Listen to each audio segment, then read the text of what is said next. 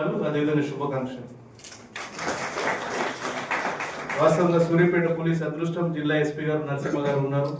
ఒకటి తర్వాత ఒకటి మంచిగా మన డిపార్ట్మెంట్ ముందుకు పోతుంది.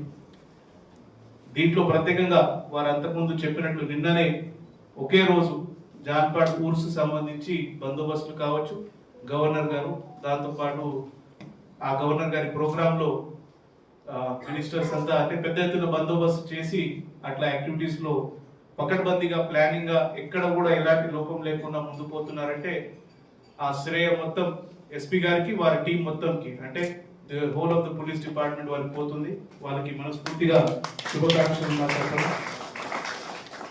ఇది ఒకటే కాదు, ఎస్పీ గారు వచ్చిన తర్వాత వివిధ యాక్టివిటీస్ లో మనకి పోలీస్ వెల్ఫేర్ గురించి ప్రత్యేకంగా యాక్టివిటీస్ చేస్తున్నారు. నాతో సాధారణంగా మేము వర్క్ విషయంలో రెగ్యులర్లీ టచ్లో ఉంటాం. అప్పుడు ఒక్కొక్క విషయం ముందు తీసుకోవాలని వారి తపన, వాళ్ళ ఆలోచన.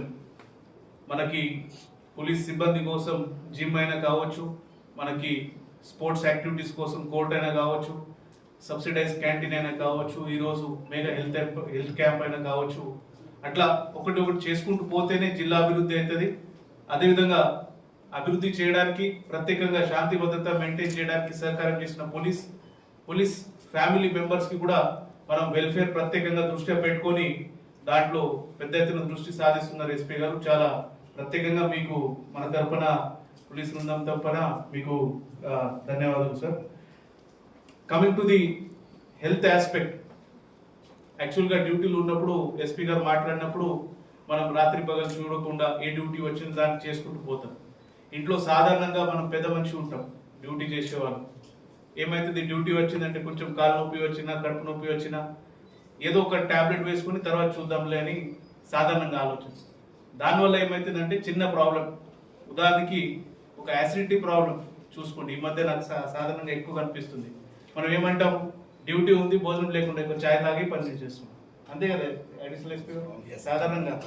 ఆయనతో చాయ్ పీలే డ్యూటీ బాగా ఫిర్ కుచ్ హో గయా.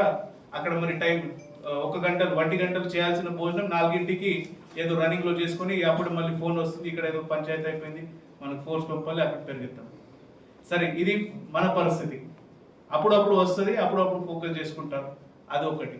ఇంకొకసారి ఏమైతుంది, ఇంట్లో ఉన్న వాళ్ళు అంటారు, నాన్నగారు కావచ్చు, అమ్మగారు కావచ్చు, మాకు డాక్టర్ చూపెట్టండి, కాదు ఈరోజు పెద్ద బందోబస్తు ఉంది ఆగండి, రేపు ఇంకొక పని ఉంది ఆగండి, ఎల్లుండి ఇంకొక పని ఉంది ఆగండి. అట్లా కొన్నిసార్లు నిర్లక్ష్యం అవుతుంది. కావాలని చేస్తారని ఎవరిది ఆలోచన ఉండదు. ఈ అన్ని అంశాలు అర్థం చేసుకొని జిల్లా ఎస్పీ గారు ఈరోజు మంచిగా ఒక హెల్త్ క్యాంప్ నిర్వహిస్తున్నారని చాలా చాలా సంతోషం అనిపిస్తుంది. సో ఈ హెల్త్ క్యాంప్ వినియోగించి